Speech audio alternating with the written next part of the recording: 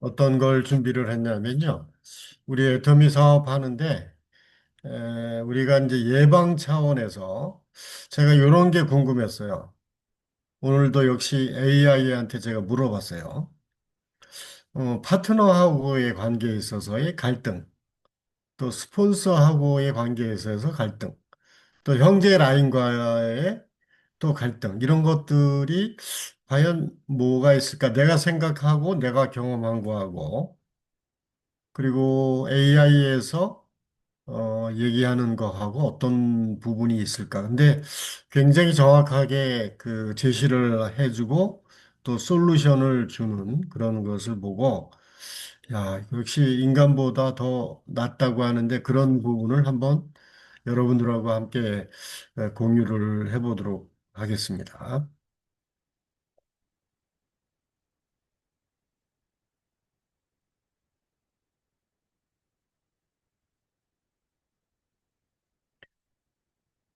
예, 요거는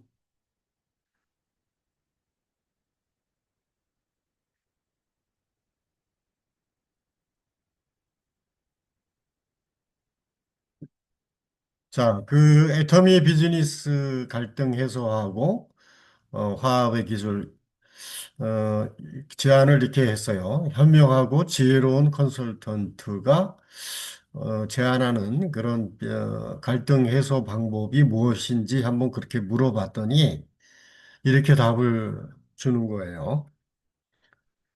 성공적인 사업을 위해서 이렇게 우리 인간적인 관계에 있어서의 본질을 파악을 해야 되는데 네트워크 마케팅 사업이 사람 여행이라는 말을 하는 사람들이 있어요. 그렇게 사람 여행을 한다라고 얘기할 만큼 인간관계가 사업의 핵심입니다.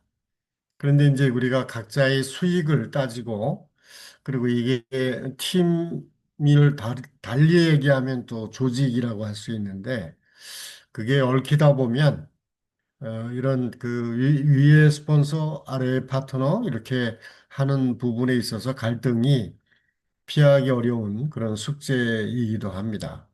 그래서 우리가 이걸 한번 보면 스폰서하고의 갈등 이거는 저희 팀의 얘기가 아닙니다. 분명히 아까 서두에도 말씀드렸다시피 이건 AI한테 제가 물어봤어요. 자, 애터미 사업을 하는 데서 이런 갈등을 어떻게 해결할 수 있는지를 물어본 거예요.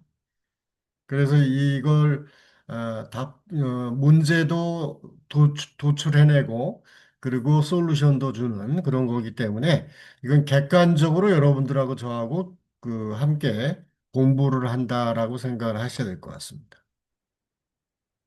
우리가 이제 그 스폰서하고의 그 기대 심리가 있어요. 뭔가 하여튼 도와줄 거라는 생각을 합니다. 그러나 이제 현실적인 부분은 여기서 그 각자는 누구누구의 파트너이기도 하고 또 누구누구의 스폰서이기도 합니다. 애터미 사업을 하는 사람들은. 그러니까 모든 사람이 똑같은 조건이라고 이해하시면 될 것 같아요. 그래서 이제 스폰서가 나한테 뭘 도와줄까라는 대한 불만들이 사람 심리에 지금 깔려져 있어요. 근데 이제 그런 부분들이 사업하는 사람들의 그 리더십이 각자 스타일이 차이가 있기 때문에 그런 부분에 대한 부분이 그 차이로 생겨날 수 있는 갈등이 있고요. 그리고 파트너분들하고는 내 생각에는 시스템에 참여를 열심히 열정적으로 좀 했으면 좋겠는데 대부분 그렇지 않으시죠.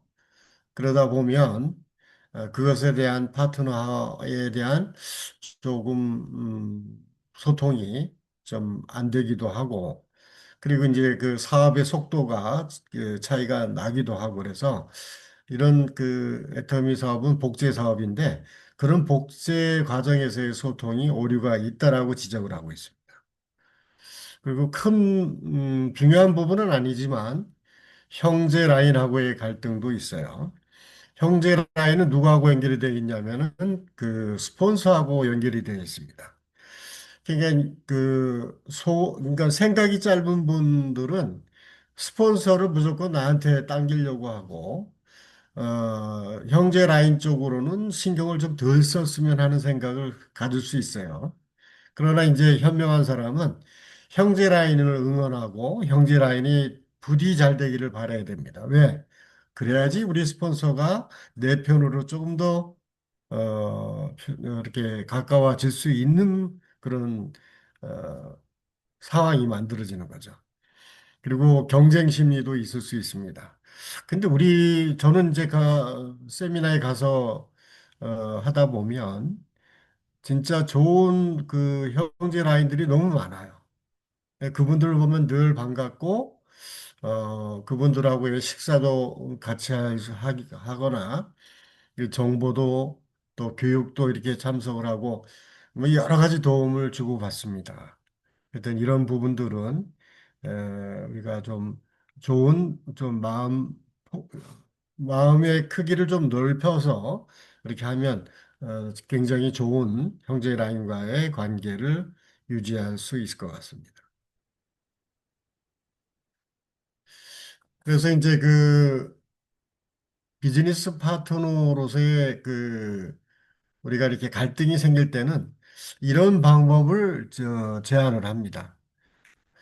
어, 가족이 아니라 이 가족이라는 것은 너무 이제 밀접하다 보면 서로 소홀하기도 하고요.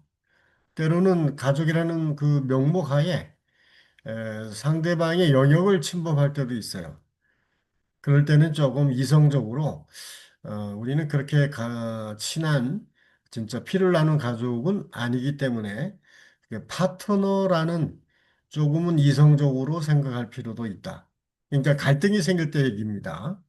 그래서 적정한 거리를 유지하는 것이 사업을 지속 가능하게 하는 그런 핵심이라고 얘기를 하고 있네요.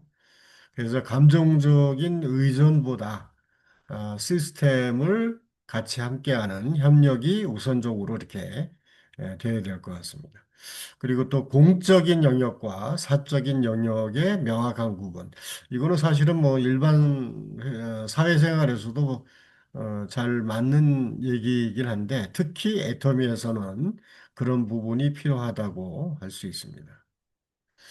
그래서 스폰서는 리더이기도 하지만 저는 여기서 이제 이런 리더가 아닌 가이드라고 얘기하는 것은 조금 알맞는 말은 아닌 것 같은데 리더이기도 하고 또 가이드이기도 합니다.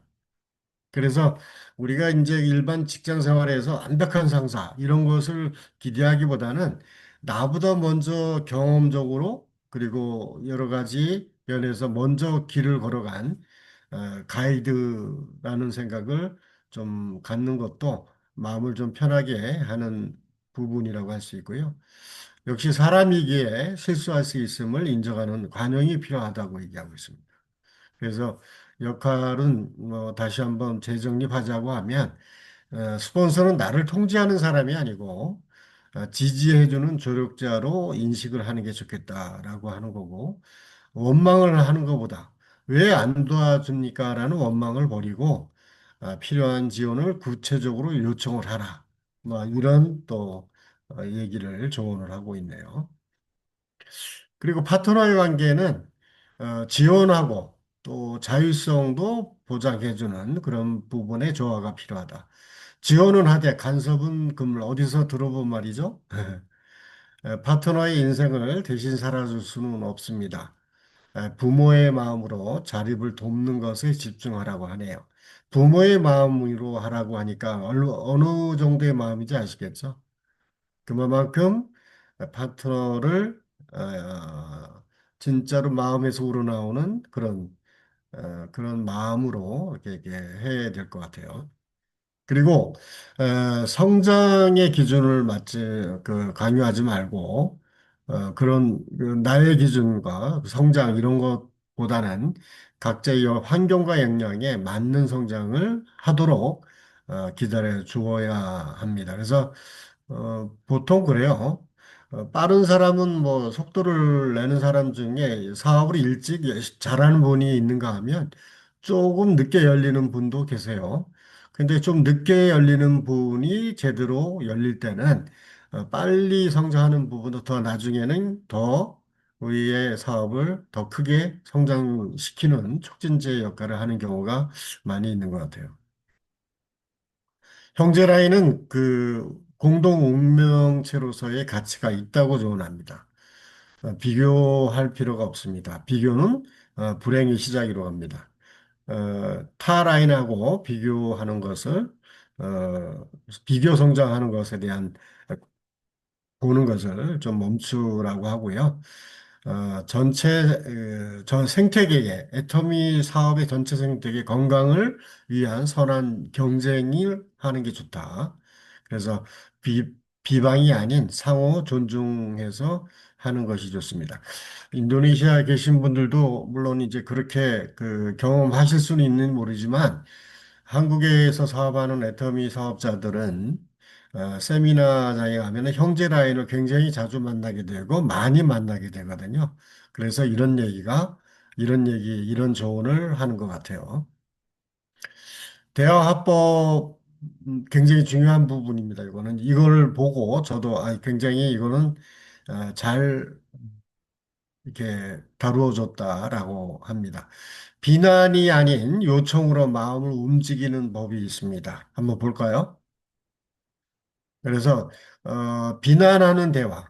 내가 스폰서님은 왜 저한테만 엄격하세요? 여기에는 여러 가지 상황이나 여러 가지 내용이 함축되어 있겠죠?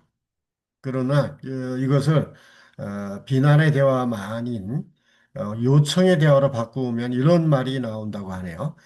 격려 한마디 해주시면 제가 더 힘이 날 것 같아요. 이런 말 한마디 하면 스폰서가 제 마음을 알아들어서 저를 진심으로 격려해 주지 않을까 생각을 하게 되네요. 그리고 파트너분들에게 누구누구 사장님 왜 자꾸 세미나에 빠지세요? 라고 직설적으로 이렇게 얘기를 하는 것과 아유, 사장님, 세미나에서 함께 뵈면 제가 정말 든든할 것 같아요. 이 요청에 대한, 이게 이제 애터미 사업의 이게 핵심이라고 저는 생각을 하거든요. 비난의 대화와 요청의 대화를 우리가 가려서 사용할 때가 된 것 같아요. 그렇게 돼서 만약에 요런 식의 내용이 우리가 받아들여진다고 하면 우리가 이제 방어 기제 유발, 그러니까 서로 간의 거리에 또는 그 상대방이 나한테 오는 것에 대한 부분을 경계하거나 이런 거보다 이런 게 하다 보면 관계가 단절이 되거나 이런 결과를 어, 만들 수가 있는데 요청의 대화를 하게 되면 자발적인 동기부여 또 협력적인 관계 형성이 된다고 이렇게 조언하고 있습니다. 그리고 실전적으로 해소 대화 전략 이 부분에 있어서는 내가 갖고 있는 현재의 감정보다는 상대방이 그 감정을 통해서 상대방의 잘못을 지적하기보다 나의 현재 마음 상태를 진솔하게 표현해라. 그러면 상대방도 이해할 것이다. 이 얘기죠. 그래서 상대방 행동 뒤에 숨겨진 긍정적인 비즈니스 의도를 먼저 인정하고 대화를 시작하면 된다.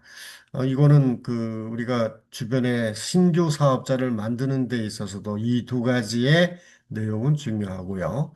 그리고 그 개인적인 감정 싸움이 아니고 공동 사업적인 성공의 공동의 목표로 대화의 방향을 돌리면 서로 같은 방향으로 우리가 일을 할 수 있어서 더 효율적으로 일할 수 있겠죠.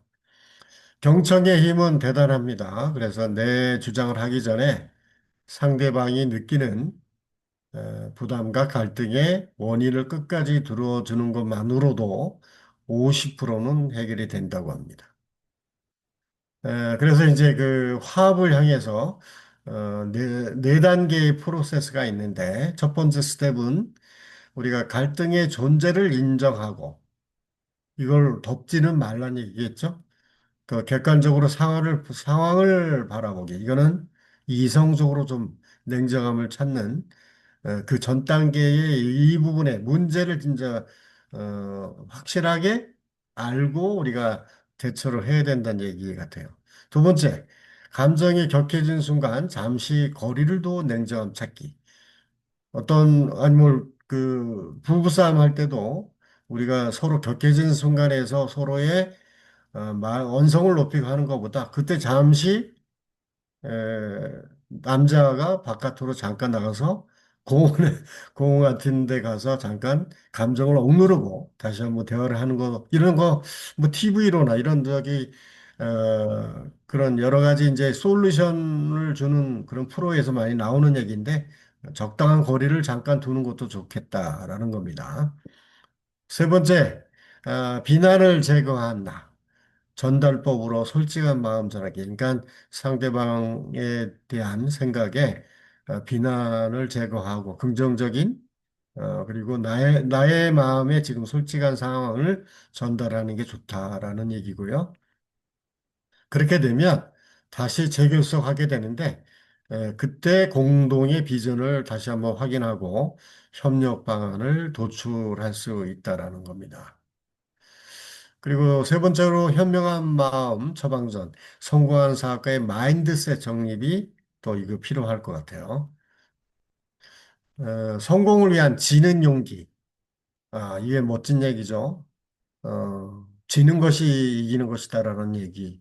우리가 많이 들었던 얘기인데, 우리는 뭐를 위해서 지는 거냐면은 서로의 성공을 위해서 져야 돼요. 이거 우리는, 궁극적인 목표는 뭐냐면은 여기서 우리가 이기고 지는 게 아니라 성공을 위해서 지는 용기가 필요하다는 거를 우리가 알아야 됩니다. 내 목표는 이기는 것이 아니고 성공하는 것이라는 거죠. 현명한 비즈니스 컨설턴트의 조언을 이렇게 얘기한 것 같습니다. 갈등에서 승리해봐야 남는 거는 서로 간의 상처뿐이라는 거예요. 성공을 위해서, 누구의 성공을 위해서? 나의 성공과 상대방의 성공을 함께 위해서는 기꺼이 내가 져주는 용기가 진정한 리더십의 시작이라는 거. 이거 기억하시면은 사업 성공하실 것 같습니다. 요거는 조금 다른 얘기인데, 예, 이 정도 일단 얘기를 좀 정리를 하고 싶고요. 자, 다시 한번 설명을 하자면 우리 조직 안에 있는 문제가 아니고요. 자, 애터미 사업을 할 때는 우리가 예방적인 차원에서 이러이러한 문제가 있을 때는 해결 방법을 이런 거로 갖고 하면 좋겠다라고 하는 내용인데 그걸 제가 이제 AI한테 물어봤잖아요. 그랬더니 이렇게 현명한 답들이 나오더라고요. 그래서 여러분들하고 함께 이 사업을 앞으로도 즐겁고 행복하게 할 수 있을 것 같습니다. 예, 감사합니다.